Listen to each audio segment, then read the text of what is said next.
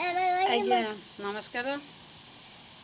ମୋର ମନୋରମା ଦିଦି ଚ୍ୟାନେଲକୁ ମୁଁ ସ୍ୱାଗତ କରୁଛି। ଆଜିର ଷ୍ଟାର୍ଟ କରିବା ମୋର ବ୍ଲଗ ଚାଲ ଆମ ବିଲ ଦେଖିବା। ଏମିତି କେମିତି ଦେଖ ଆମର ଧାନ ହେଇଛି। ଯାହା ହଉ ଧାନ ଆମର ବାହାରିଲାଣି। ଆଉ ଟିକେ ଏଇଟା ଆମର ସେଇଟା ବି ଆମର ଏଇଟା ଭଲ ବିହନ ଧାନ ହେଇଛି। ଏଇଟା ଆମର କଦଳୀ ଗଛ, ଏଇଟା ଆମର ସଜନା ଶାଗ ଗଛ, ଏଇଟା ଆମର ହାଣିଛୁ ଶାଗ ଲଗେଇଛୁ। କୋବି ଚାରା ଆଣିଛୁ, କୋବି ଗଛ ଲଗେଇଛୁ।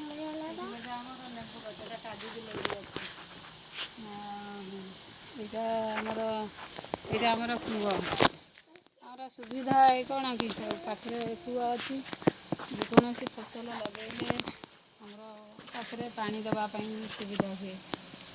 ଏଇଟା ଆମର ଗାଡ଼ି, ଏଇଟା ହେଲା ଆମ ସ୍କୁଟି ଗାଡ଼ି। ଏଇ ଗାଡ଼ିଟାରେ ମୁଁ ଯାଏ। ଏଇଟା ମୋ ପୁଅ ଚଲାଏ, ମୋ ଝିଅ ଚଲାଏ, ମୁଁ ବି ମଧ୍ୟ ଚଲାଏ। ମୋ ସ୍ୱାମୀ ମଧ୍ୟ ଏଇ ଗାଡ଼ିଟା ଆମର ଚଲାନ୍ତି। ଆଉ ଏଇଟା ଆମର ମାଟି ଘର, ରୋଷେଇ ଘର। ଏଇଟା ଆମର ଛାତ ଘର। ଆମର ଏଇଟା ଛାତ ଘର, ଏଇଟା ହେଉଛି ରୋଷେଇ ଘର। ଏଇଠି ରୋଷେଇବାସ କରାଯାଏ।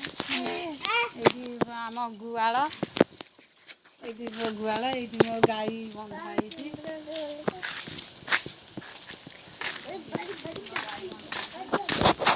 ତାର ବନ୍ଧା ହେଇଥିଲା, ତା ମାଛି ଲାଗିଲା, ମୁଁ ତା ଘରକୁ ନେଇ ଯାଇଥିଲି। ସେଇଟା ମୋ ଗାଈ ବନ୍ଧା ହେଇଛି। ଏଇଟା ମୋ ଗାଈ, ଏଇଟା ମୋ ଘାସ ଦେଇଥିଲି ଖାଇବା ଲାଗି। ଏଇଟା ମୋର ସୁଗାର ଗାଈ। ଯାହା ହଉ ଏଇଟା ହେଲା ମା ଗଙ୍ଗା ମାତା। ଗଙ୍ଗା ମାତା ପୂଜା ତାଙ୍କର 64 ଦେବତା ତାଙ୍କ ଠାଇଁ ଅଛି। ସବୁବେଳେ ଆମେ ଗଙ୍ଗା ମାତାକୁ ପୂଜା କରୁ, ଠିକ୍ ଟାଇମ୍ରେ ଖାଇବାକୁ ଦଉ।